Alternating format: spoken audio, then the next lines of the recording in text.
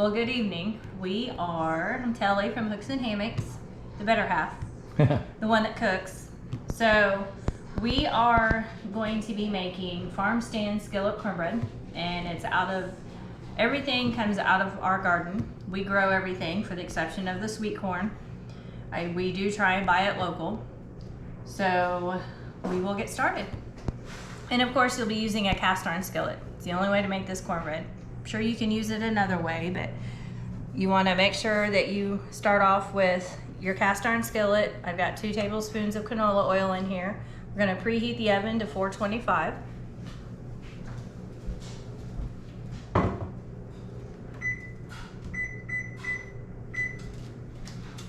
And while that's preheating, we are going to start with our dry ingredients.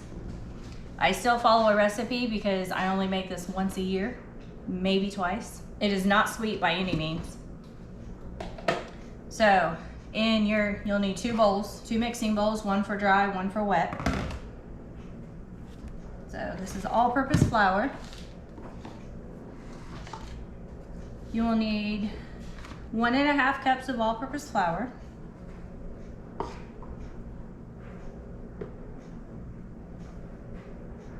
And those of you that have watched me cook before, I generally don't measure, but this I need to.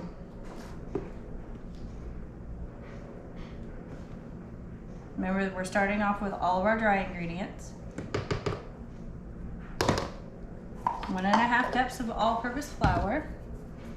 Then you're going to add in 3 cups of plain yellow cornmeal. I use the Quaker brand.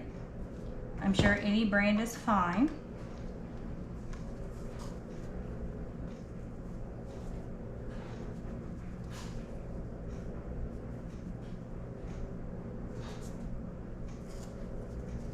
It does make a pretty decent sized batter, so I always have enough left to add into another skillet or make it into muffins with the extra.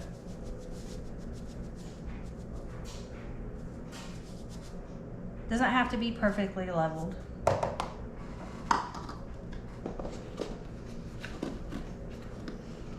Anyway. Then you're going to do 4 teaspoons of kosher salt.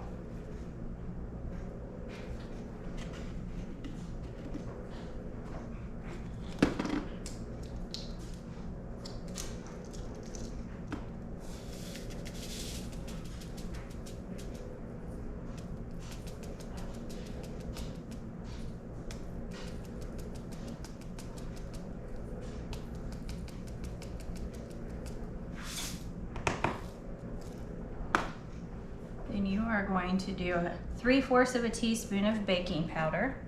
This is the brand that I use.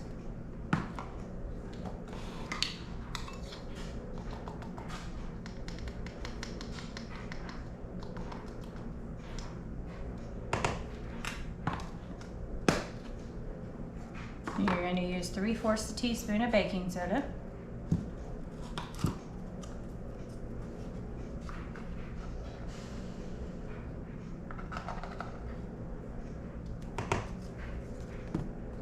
Remember, these are just all your dry ingredients. Okay, then we're just gonna give that a little quick stir. That way it's kind of mixed together.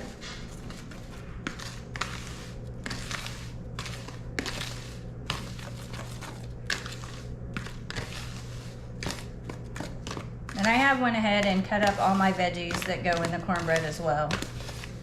That way it saved us a little bit of time. You just want to mix that enough where everything is completely mixed.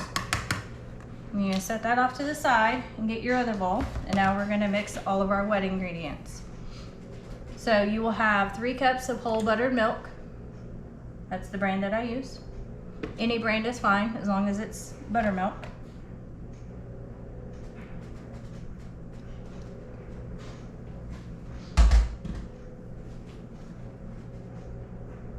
Then you're going to add your unsalted butter. It looks like she has started to go back to solid form. It has.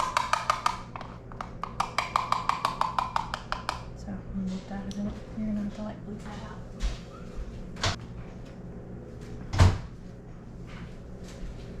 Okay, you want to make sure you have unsalted butter, about a 1/4 cup. This is the kind that I use, the Land O'Lakes. I really like it. I use it in a lot of breads too that I do. So, and we'll have 3 large slightly beaten eggs. I always use brown eggs to bake. So we'll add that. Make sure your melted butter is a little bit cooled off. That's why I haven't added it yet. And I give it a little bit of a stir. You don't want to curdle your milk or cook your eggs.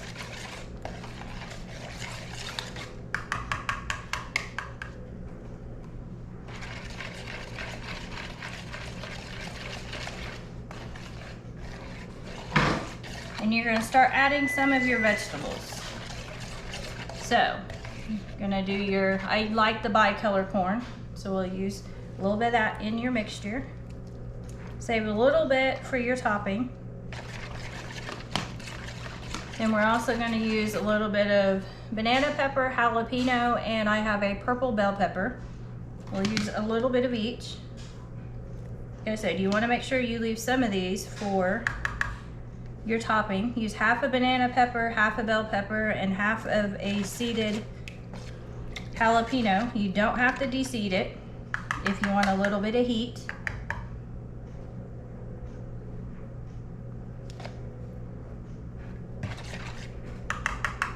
And then you're going to add your wet mixture to your dry. Make a little bit of a well.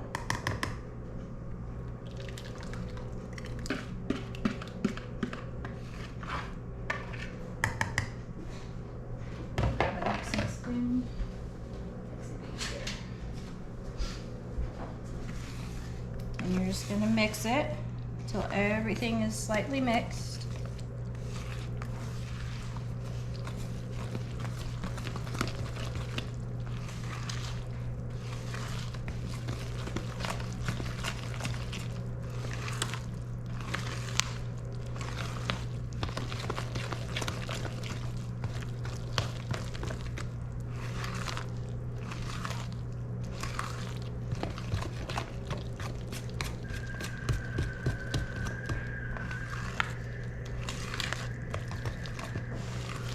I always like to add a little bit of my red onion in there too, even though we are gonna put some on top. Like I said before, everything that I'm adding vegetable-wise is from our garden. Our oven beeped, so it has preheated to 425.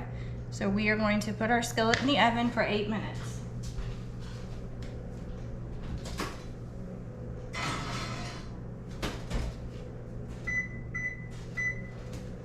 Definitely want a hot skillet when adding all of this to it. All right, so while we're doing that, now comes a really good part. We use smokehouse cheddar cheese. It's smoked medium cheddar. The recipe calls for shredded. Couldn't find shredded, but this works just the same. Use about a 1/2 cup inside and save some for the top.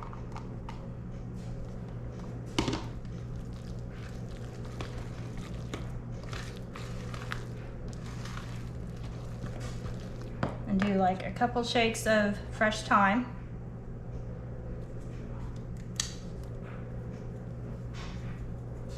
Kind of give it that herby flavor.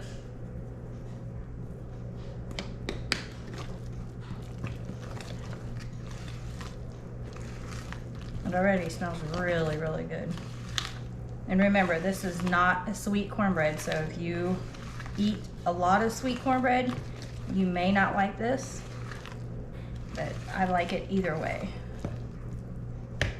Okay, now we wait until our skillet is done getting hot, and then we will return to put everything together. All right, our cast iron skillet is now heated. We'll take it out of the oven. Be very careful.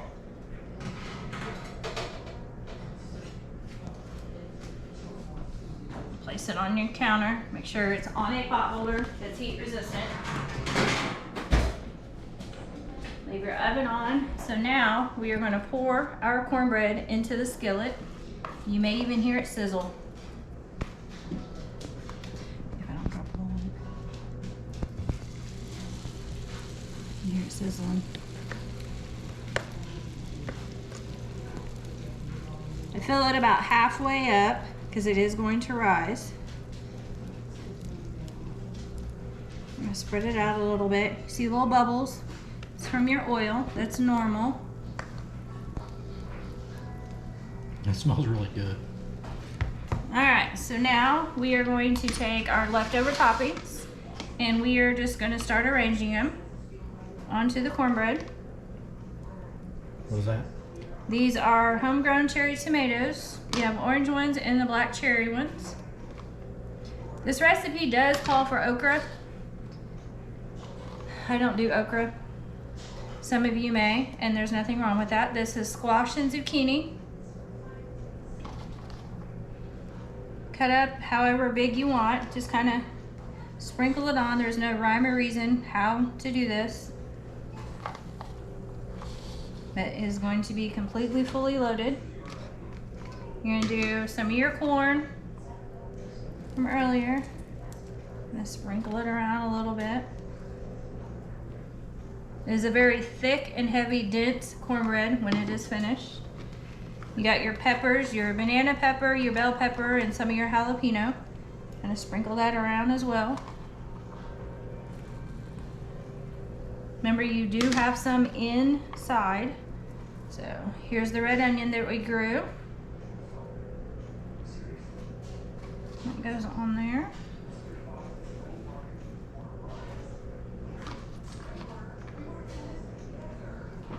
Like I said earlier, I did pre-slice and pre-chop all of this to save a little bit of time.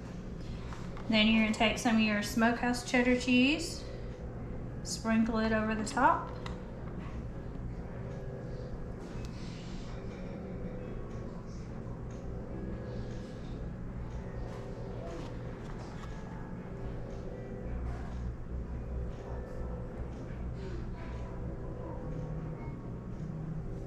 Then you're gonna take a little bit of time. Wipe my hands off. And sprinkle that over the top.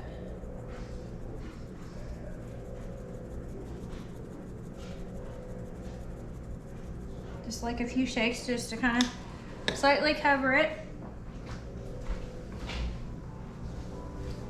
Then we are going to put it in the oven for about 30 minutes and then we'll check it. If it's done, you'll insert a toothpick. If it comes out clean, you're good. If not, I would add about 3 to 5 more minutes.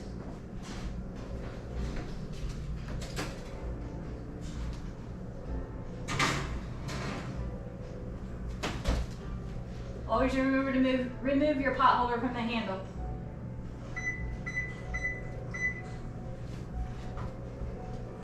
Now we wait. Okay, our timer just went off, so now it's time to check our cornbread.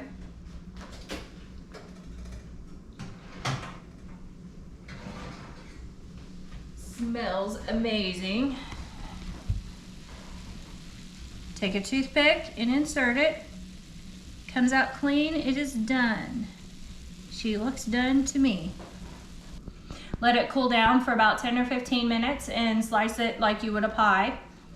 And when serving it, I always put a little bit of butter on the top and on the sides and enjoy it.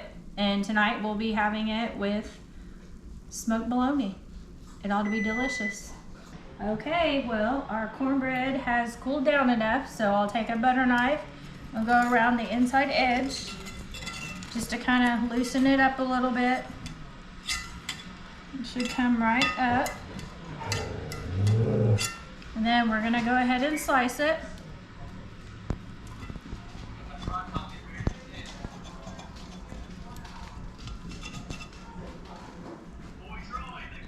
Do it just like a pie.